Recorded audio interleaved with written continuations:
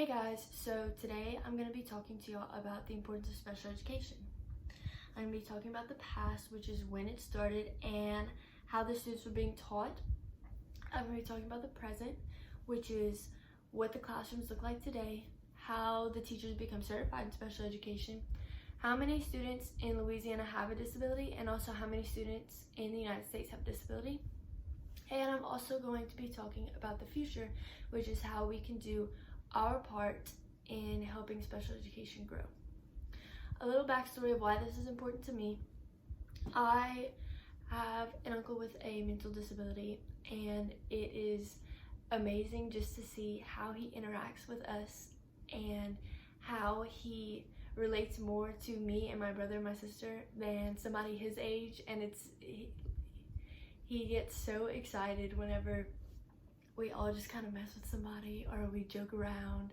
And I fell in love with special education. I love seeing little kids with autism or Down syndrome learn something new and get so excited about it, or just want to talk to you. That's literally all that they want to do. They just want to have a conversation with you and laugh and joke around, or tell you that you're pretty, or tell you that you're funny, because they think that's what everybody wants to hear and that's how they'll be able to talk to you. So, into my speech. The past. Before 1961, students with disabilities were not allowed to attend publicly funded schools. Now, in this case, disabilities meant cognitive, emotional, deaf, mute, and blind. And I think that with the deaf, mute, and blind, especially blind, it was definitely taking away from their life, because if they were fully cognate and they just couldn't see, they were like, you're still able to talk to them and teach them what they needed to be taught at that time. And between 1961 and 1975, mothers with disabled children or a disabled child would hire a teacher to come to their house after school hours and basically teach them at home. And this allowed for teachers, principals of schools, and also politicians to realize how important it was to educate children with disabilities, and seeing how important it was, they needed to create a program for these children. And in 1975, the U.S. passed the Education for All Handicapped Children Act, which allowed students with disabilities to attend publicly funded schools. And how these students were being taught, obviously before the Education of All Handicapped Children Act, the disabled children were taught very little material. If they were taught anything at all, it was basically colors, numbers, letters, basic math like addition. And it was also around the house chores, cleaning, any kind of outside work that they could help their parents with. And present day, today, the act that we follow for students with disabilities is called the Individuals with Disabilities Education Act. This forces teachers to realize the type of education that the special education needed more planning and effort. This also, under the Individuals with Disabilities Education Act, this includes IEPs, which is Individual Education Plans, and ITPs, which is Individual Transition Plans. IEPs are basically, it's a planner for the entire school year for that one student with a disability.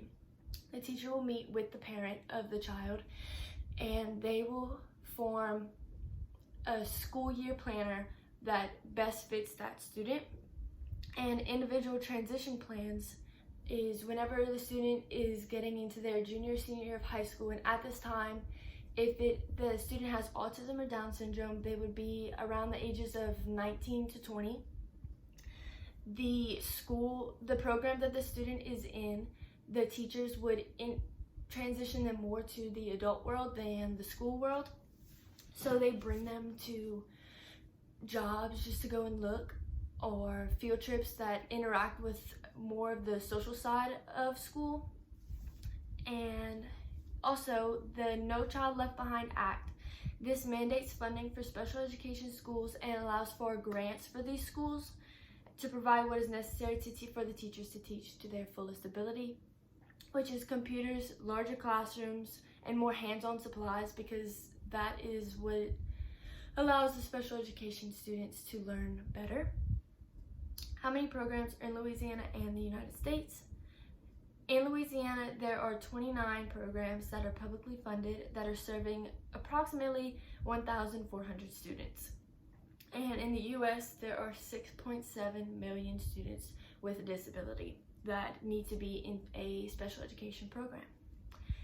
And as I said, most of these programs are in publicly funded schools because it allows for more funds to go to that program instead of at a private school. But in Louisiana, like in Lafayette, we have the Fatima program. They have a special education program, and also St. Thomas More has a special education program. For Fatima is grades K through 8, and STM is grades 9 through 12. And what do the classrooms look like? Typically, an elementary special education classroom would be 7 to 15 students. If it's on the lower side, which is like 7, 8, or 9, it would have one teacher. But if it's on the higher side with 15 to 17, there would be a teacher and a teacher's aide. The classrooms are typically a U-shaped table where the teacher sits on the inside of the U and all the students sit around her. And in this kind of setting, the teacher is not higher than the students. They are all equal because it allows for the students to relate to the teacher more and kind of better understand what she's trying to say. And the teacher qualifications, it's a bachelor's degree, but some states require a master's degree. And the future, which is how we can make it better, more community activities for the special education students, which is either creating a sports team for them, a club, anything that they want to do, and also including regular students so that they kind of interact and to help with the better individual transition, which is what I said earlier, and allow for higher functioning disabled students to switch between a regular classroom and a special education classroom just to interact with the regular students. And how we can improve their lives is honestly just talk to them. They're at school, they're at UL all the time. I see them passing, walking to my class. Just tell them hi, and it will most likely make their day. They're hilarious. The Life program is great with including them in our normal everyday lives. And basically we went over the past, which is how it started with the teachers, and the school was like the present, which is how it is today, and the future, which is how we can do our part in helping their special education grow and to help them transition into a life that we have. Thanks.